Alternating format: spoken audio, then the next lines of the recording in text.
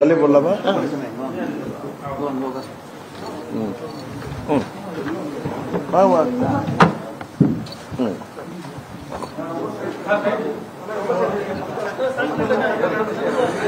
கொஞ்சம் டேபிள் எழுதுங்களா? கொஞ்சம் எழுதுங்களா? அவங்க 5 பேர் உட்காரணும்.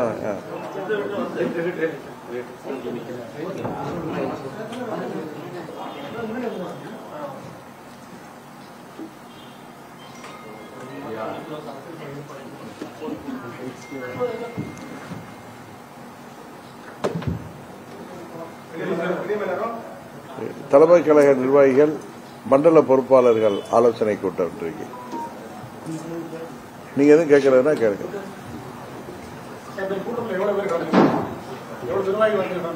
தலைமை கழக நிர்வாகிகள் எல்லாரும் வந்திருப்பாங்க. மண்டல பொறுப்பாளர்கள் எல்லாம் எவ்வளவு பேர் இருப்பாங்க? 20 பேர் இருப்பாங்களா? 15 பேர். தலைமை கழக நிர்வாகிகள் என்ன சேர்த்து அவர் தலைவர் வர முடியல, துணைத் தலைவர்லாம் வந்திருக்காங்க. மற்ற நிர்வாகிகள் மண்டல பொறுப்பாளர்கள் எல்லாம் 15 பேர்.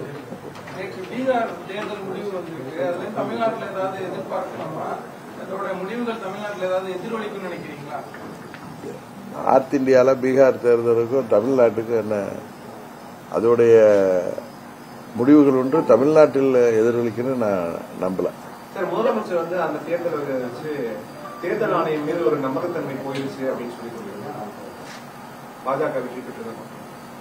தேர்தல் ஆணையம் எப்படி இருந்தாலும் தமிழ்நாட்டில் நடப்பது திமுக ஆட்சி தான். அதனால இந்த SIR தமிழ்நாட்டை சேர்ந்த அலுவலர்கள் தான் அதை செயல்படுத்துகிறார்கள். எல்லா கட்சிகளும் ஒன்றிணைந்து அதை விஜிலண்டா சரியான முறையில் செய்யறப்ப தேர்தல் ஆணையமோ இல்ல வேற யாரோ என்ன செய்ய முடியுங்கிறது தான் என்னுடைய கருத்து.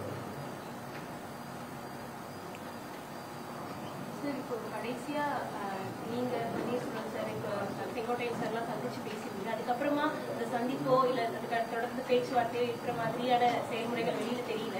அடுத்த கட்டமா சசிகலா மேடம் சந்திக்கிறதோ இல்ல அடுத்து என்ன மாதிரியான நடைமுறைகள் எடுக்கிறதுக்கான வாய்ப்பு? நாங்கள் தொலைபேசியில ஒருத்தரோட தொடர்புல தான் இருக்கோம். அடுத்த கட்ட நடவடிக்கைகள் சம்பந்தமாக பேசிக்கொண்டுதான் இருக்கோம். அது நீங்க அது முடிவுக்கு வந்த பின்பு சொல்றோம்.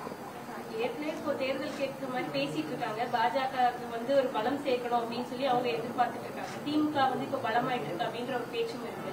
இப்படி இருக்கக்கூடிய நிலையில உங்களை சேர்த்துக்கிறதுக்கு உங்களுடைய தனி சின்னத்துல போட்டிட்டா சேர்த்துக்கிறதுக்கு வாய்ப்பு இருக்குன்னு சொல்றாங்க அப்படின்ற பேச்சும் அடிப்படை. யாரு சேர்த்துக்கிறது? அதாவது எடப்பாடி பழனிசாமி அவர்கள் அதிமுக சின்னத்துல இவங்களை சேர்த்துக்க முடியாது, தனி சின்னத்துல போட்டிடுறதுனா இதெல்லாம் அப்படின்ற உங்க கேள்வியே தவறுமா. பழனிசாமியை முதலமைச்சரா ஏற்றுக்கொள்ள முடியாது அப்படிங்கிற காரணத்துக்காகத்தான் நாங்க அம்மா மக்கள் முன்னேற்ற கழகம் இந்த கட்சி ஆரம்பித்ததே பழனிசாமியின் துரோகத்துக்கு எதிராகத்தான். அதனால அவர் தலைமை ஏற்றுக்கொண்டு நாங்கள் செல்வதுங்கிற கேள்வியே கிடையாது. நீங்க தேவையில்லாம அவர் சேர்த்துக்கணுங்கிறத தாண்டி நாங்க சேரவே விரும்பல. அதனால அது அந்த கேள்வியே தேவையில்லைன்னு நினைக்கிறேன். தேர்தல் நெருங்குது, உங்களோட முடிவு எப்படி சார் இருக்க போகுது? கால போற போக்குல சொல்லதான் சொல்லிருக்கீங்க. வெயிட் பண்ணுங்க, இன்னும் காலம் இருக்கு. உறுதியாக நாங்கள் எங்களோடு சில கூட்டணி கட்சிகளை சேர்ந்தவர்கள் பேசிக் கொண்டிருக்கிறார்கள். அது முடிச்சிடறேன். எல்லாம் எனக்கு தெரிஞ்சு டிசம்பர்லயோ ஜனவரியிலயோ ஒரு முடிவுக்கு வந்து விடுவோம். சில பேர் நான் ஊடகங்களில் பார்க்கிறப்ப டிபேட்ல டிடிவி தினகரன் தான் தாவேகா கூட்டணிக்காக முயற்சி செய்து கொண்டிருக்கிறார் அப்படின்னா அவங்களுடைய மன ஆசைக்கு பேசுகிறேன். அது உண்மை இல்லை. நான் பல முறை சொல்லியிருக்கேன், நாங்கள் எந்த முடிவும் எடுக்கவில்லை. கூட்டணிக்காக அவர்கள் கூட்டணிக்கு வர வேண்டும் என்று சில கட்சிகள் எங்களோடு பேசிக் கொண்டிருப்பது உண்மை. ஆனால் எந்த கட்சி எது என்பதை நான் இப்போது சொல்வது நாகரிகமாக இருக்காது. ஆனால் கூட்டணி ஒரு முடிவுக்கு வந்த பிறகு சொல்வதுதான் நன்றாக இருக்கும் என்று நினைக்கிறேன். அதுபோல நான் எந்த கட்சியும் நான் போய் தேடி பேசவில்லை. பேச வேண்டிய அவசியமும் அம்மா மக்கள் முன்னேற்ற கழகத்திற்கு இல்லை என்பதை அது போன்ற ஆசையில் பேசுபவர்களுக்கு நான் சொல்லிக்கொள்ள விரும்புகிறேன். காரணம், அம்மா மக்கள் முன்னேற்ற கழகத்தை தவிர்த்துவிட்டு எந்த ஒரு கூட்டணியும் ஆட்சிக்கு வர முடியாது என்கிற நிலைதான் இன்றைக்கு தமிழ்நாட்டில் இருக்கு. தமிழக வெற்றி கழகம் திமுக பாஜக ரெண்டு கட்சியை தவிர யார் வேணாலும் சேரலாம் அது அவங்க சொல்லியிருக்காங்க, நான் பார்த்தேன் தொலைக்காட்சியில். பட் என்னோட யார் பேசிக் கொண்டிருக்கிறார்கள், எந்த கட்சி பேசிக் கொண்டிருக்கிறது என்பதை இந்த நேரத்தில் சொல்வது நாகரிகமாக இருக்காது. ஏன்னா தேர்தல் கூட்டணி முடிவுக்கு வந்த பிறகு சொன்னால்தான் அது சரியாக இருக்கும். இல்ல இல்ல, நான் எந்த முடிவுமே அம்மா மக்கள் முன்னேற்ற கழகம் இன்னும் எடுக்கல. எங்க தலைமை கழக நிர்வாகிகளோட, மாவட்ட செயலாளர்கள், மற்ற நிர்வாகிகளோட கலந்து பேசிதான் எந்த முடிவும் எடுக்கணும். இது இன்னும் அந்த முடிவுகளுக்கெல்லாம் நாங்க வருகிற அந்த ஸ்டேஜ் இன்னும் வரல. சரி, இப்போ ஏற்கனவே மக்கள் நல கூட்டணி அமைஞ்சது மாதிரி மூன்றாம் அணிக்கான இந்த பலமான அணிக்கான வாய்ப்பு இருக்குதா? அது 2016 தேர்தல் வேற, இது 26 தேர்தல் என்பது வேறு.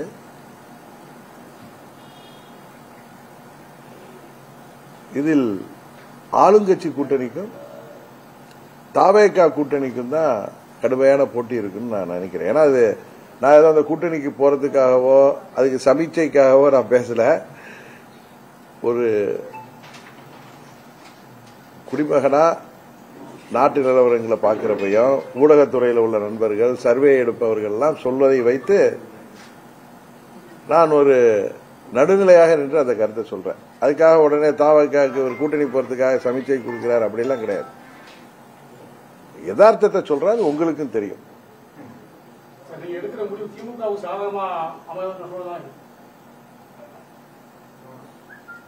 எங்களை பொறுத்தவரை துரோகத்தை வீழ்த்த வேண்டும் என்பதுதான் எங்கள் நிலைப்பாடு. 21 தேர்தலிலே நாங்கள் சில முக்கியமான நபர்கள் கேட்டுக்கொண்டிருக்கிறாங்க. கூட்டணி அமையாது என்று தெரிந்தும் அவர்கள் மீது உள்ள மரியாதையில் வயதில் பெரியவர்கள் கேட்கிறார்களே என்று நான் அன்றைக்கு பேசுவதற்கு அனுமதித்தேன். காரணம், பழனிசாமி எங்களுக்கு துரோகம் செய்திருக்கிறார். எங்களை சந்திப்பதற்கே அவருக்கு உறுதியாக தயக்கம் இருக்கும். அதனால அவர் கட்சியோட சேர்ந்து போட்டியிடுவதற்கு வாய்ப்பே இல்லை என்பதை என்டிஏ கூட்டணியில் உள்ள கட்சிக்கு, அங்க முக்கியமான தலைவர்களுக்கு நான் சொல்லியிருக்கிறேன். 21 இது நடக்காது என்று தெரிந்தும் அப்பொழுதுதான் என்ன டெல்லியை சேர்ந்தவர்கள் என்னை அணுகிய காரணத்தினால் அவர்களுக்கு மரியாதை கொடுக்க வேண்டும், அவர்கள் அனுபவத்திற்கு மரியாதை கொடுக்க வேண்டும் என்கிற காரணத்துக்காக எங்களுக்கு 40 தொகுதிகள் உங்கள் கூட்டணியில் ஒதுக்கப்பட்டால் வருகிறோம் என்று சொன்னேன். அந்த தேர்தலில் நான் போட்டியிடவில்லை என்றும் நான் சொன்னேன். அதற்காக நான் அன்று செல்வதாக இருந்தேனே, இன்றைய இல்லைன்னு கேட்பது தவறு. ஏன்னா என்னை சந்திப்பதற்கும் ஏற்றுக்கொள்வதற்கும் பழனிசாமிக்கு தயக்கம் இருக்கும். ஏன்னா எங்களுக்கு துரோகம் செய்திருக்கிறார். அதனால் அவர் அந்த கூட்டணி அமையாது என்று தெரிந்தும் என்னை கேட்ட அனுபவஸ்தர்களுக்காக அவர்கள் வயதை காரணம் கொண்டு, அவர்கள் அனுபவத்தை கண்டு நான் மரியாதை கொடுத்து சொன்னேன். அது அமையலைங்கிறது, அமையாதுங்கிறது தெரிந்தோம். நாங்கள் தனியாக தான் போட்டுவிட்டோம். நாங்களும் தேமுதிகவும் நாங்கள் வெற்றி பெற முடியவில்லை.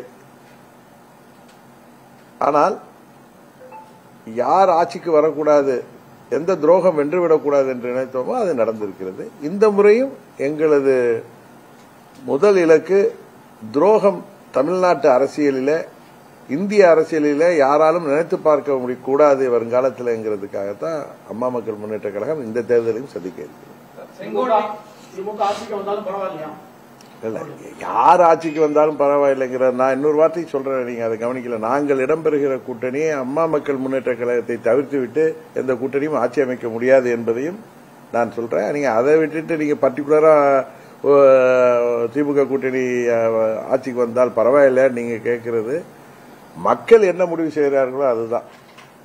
அதே நேரத்தில் அமமுக இடம்பெறுகிற கூட்டணி தான் இந்த தேர்தலில் வெற்றி கூட்டணியாக அமையும் என்பது எங்களது கருத்து. சார், நீங்க தாவேக்காவும் ஆளுங்கட்சியும் தான் போட்டி நிலவுது அப்படின்னு சொன்னீங்க. ஆனா உதயநிதி ஸ்டாலின் என்ன சொல்றாருன்னா, புதிய கட்சி தொடங்கியதுக்கு வரலாறு கிடையாது, திமுக தான் ஆட்சி அமைக்க அப்படின்ற மாதிரி பேசுறாரு. எல்லா கட்சிக்குமே இப்ப 49 திமுகவுக்கு என்ன பெரிய வரலாறு இருந்திருக்காரு? இந்த கட்சிக்குமே இருந்திருக்காரு. அண்ணா அவர்கள் 49 ஆரம்பிச்சதுனால இன்னைக்கு வசதியாக 2025 பேசுறாரு. அதுபோல அவர்கள் பேசுவது எனக்கு என்னமோ அவர்களுக்கு ஏதோ ஒரு உறுத்தல் இருப்பதை போல தெரிகிறது.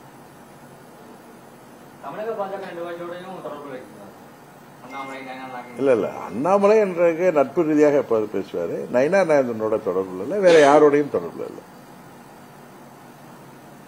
புரட்சி தலைவர் எம்ஜிஆர் ஆரம்பித்த கட்சி இப்ப படிப்படியா சிதைஞ்சிட்டு இருக்குன்னு ஏற்கனவே சொல்லியிருந்தீங்க. இது தொடர்ந்து அடுத்து தேர்தலுக்கு பிறகு எப்படி சார் இருக்கும்? அதுதான் சொன்னேன், இன்றைக்கு புரட்சித் தலைவர் ஆரம்பிச்ச கட்சியே இல்லையே. அவருடைய அடிப்படை விதிகளையே தரித்தெறிந்து விட்டு இன்றைக்கு EDMK-ஆக அந்த கட்சி செயல்பட்டுக் கொண்டிருக்கிறது. அதனாலதான் தொடர்ந்து இரட்டை இலை இருந்தும் பணபலம் இருந்தும் கூட்டணி பலம் இருந்தும் அந்த கட்சியால் ஆட்சிக்கு வர முடியாமல் போனது. தேர்தலிலே அவர்களால் சோபிக்க முடியாமல் போனது என்பதை சொன்னால் அங்கு உள்ள தம்பிகளுக்கெல்லாம் கோபம் வருது. உண்மையை அவர்கள் உணரவில்லை. இந்த தேர்தலுக்கு பிறகு உண்மையை உணர்வார்கள். மீண்டும் புரட்சித் தலைவர் ஆரம்பித்த அதே சட்டத்திட்டங்களோடு புரட்சித் தலைவர் ஆரம்பித்த அந்த இயக்கம் மறுமலர்ச்சி பெறுவதற்கு வாய்ப்பு இருப்பதாக நினைக்கிறேன். கட்சிக்காக உழைச்சிருந்தா மக்களே பாராட்டுவாங்க. இவங்கெல்லாம் இயக்கத்திற்கு துரோகம் செஞ்சவங்க, இவங்களுக்கு எல்லாம் இந்த நிலை தான் அப்படின்னு எடப்பாடி பழனிசாமி சொன்னார். பழனிசாமி மற்றவர்களுக்கு துரோகம் செய்தவர், அது எல்லோருக்கும் தெரியும். இது ஒன்னும் நான் சொல்லிதான் தெரியும் அவசியம் இல்லை. ஒரு 3 வயது குழந்தையும் கேட்டாலும் துரோகம் என்றால் என்ன என்பதை சொல்வார்கள். அதான் சொல்றேன், நம்ம ஊர்ல ஒரு பழமொழி உண்டு, ஒருத்தர் திருடிட்டு ஓடுவான், அவனை எல்லாம் துரத்திட்டு போவாங்க. சாலையில 2 பக்கம் நிக்கிறவங்க எங்க அந்த திருடன் தன்னை பிடித்து விடக்கூடாது என்பதற்காக திருடன் முன்னாடி ஓடுவதாக கை காட்டி கொண்டு ஓடுவது போல சிலர் பேசி வருகிறார்கள். அதுதான் உண்மையை தவிர துரோகம் யார் செய்தார் என்பது தெரியும். பழனிசாமி அவர்கள் மற்றவர்களை கட்சியை விட்டு நீக்கிவிட்டு எங்களை நான் பலமுறை சொல்லியிருக்கேன், ஏப்ரல் 7ஆம் தேதி 14ஆம் தேதி வரை 17ஆம் ஆண்டுல எங்க கூட இருந்துட்டு 21ஆம் தேதிய என்னமோ என்னை கட்சியை விட்டு நீக்கினார்கள். ஏற்கனவே சொல்லியிருக்கேன். அதனால இவரால் நீக்கப்பட்ட பிறகு நாங்களாம் வீட்டில் போய் படுத்துட்டு இருப்பாங்களா? துரோகத்தை எதிர்த்து நாங்கள் இயக்கம் காணத்தான் செய்வோம். எங்க கூட தொண்டர்களும் நிர்வாகிகளும் இருக்கத்தான் செய்வார்கள். அதனால துரோகம் என்பதை பயன்படுத்துவதற்கு கூட அவருக்கு தகுதி இருப்பதாக நான் நினைக்கவில்லை. செயல்முறை முறையா நடக்கணும் அப்படிங்கறதை எதிர்த்து தாவேகா நாளைக்கு ஆர்ப்பாட்டம் பண்றதா சொல்லியிருக்காங்க. அதிமுக கூட திமுக நிர்வாகிகள் பலர் அதை அடாவடி போக்கா செயல்படுறாங்க, மாவட்ட தேர்தல் அதிகாரிகளை கைக்குள்ள போட்டு செயல்படுறாங்க மாதிரி பேட்டி கொடுத்திருந்தாங்க. அவங்களும் ஆர்ப்பாட்டம் பண்றதா சொல்லியிருக்காங்க. இந்த செயல்முறை முறையா நடக்கிறது இல்லதானா? அதாவது திமுக என்ன சொல்லுது, தேர்தல் ஆணையம் இது சரியா செய்யாதுன்னு சொல்லி அவங்க அதை விஜிலண்டா பார்வையிற மாதிரி எல்லா கட்சிகளும் அதை அந்தந்த ஒவ்வொரு பூத்துக்கு வர்றப்ப அங்க உள்ள எல்லா கட்சிக்கும் நிர்வாகிகள் இருக்கிறார்கள். அவர்கள் அதை விஜிலண்டா அதை அதை கண்காணிக்கிறப்ப எந்த தவறும் நடப்பதற்கு வாய்ப்பில்லை. இதுபோல இறந்தவர்கள் ஓட்டு, 2 ஓட்டு உள்ளவர்கள் ஓட்டு, இது போன்றதெல்லாம் நீக்குவதற்கு நல்ல வாய்ப்பு இருப்பதாகத்தான் நான் தனிப்பட்ட முறையில் கருதுகிறேன். அந்த தேர்தல் ஆணையம் கொடுத்திருக்கிற படிவத்தை பூர்த்தி செய்வதில் தான் ஏழை எளிய மக்களுக்கு, கிராமப்புற மக்களுக்கு பிரச்சனை இருக்கும். அதை மற்ற கட்சிகள் உதவி செய்யணும். இல்ல நீதிமன்றத்துக்கு சென்றிருக்காங்க திமுக, என்ன நீதிமன்ற தீர்ப்பு வருகிறது என்பதை பொறுத்திருந்து பார்ப்போம்.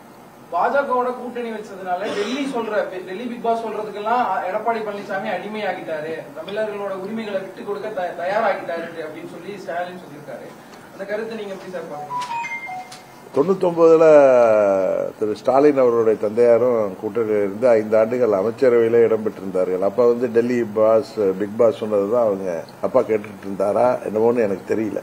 அதனால அப்படி சொல்லலாம், அந்த தன் அனுபவத்தில் கூட அவர் அப்படி சொல்லலாம்.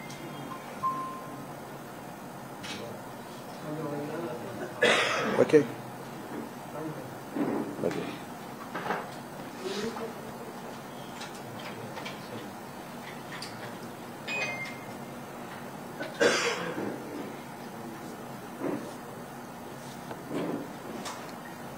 போலாமாப்பா?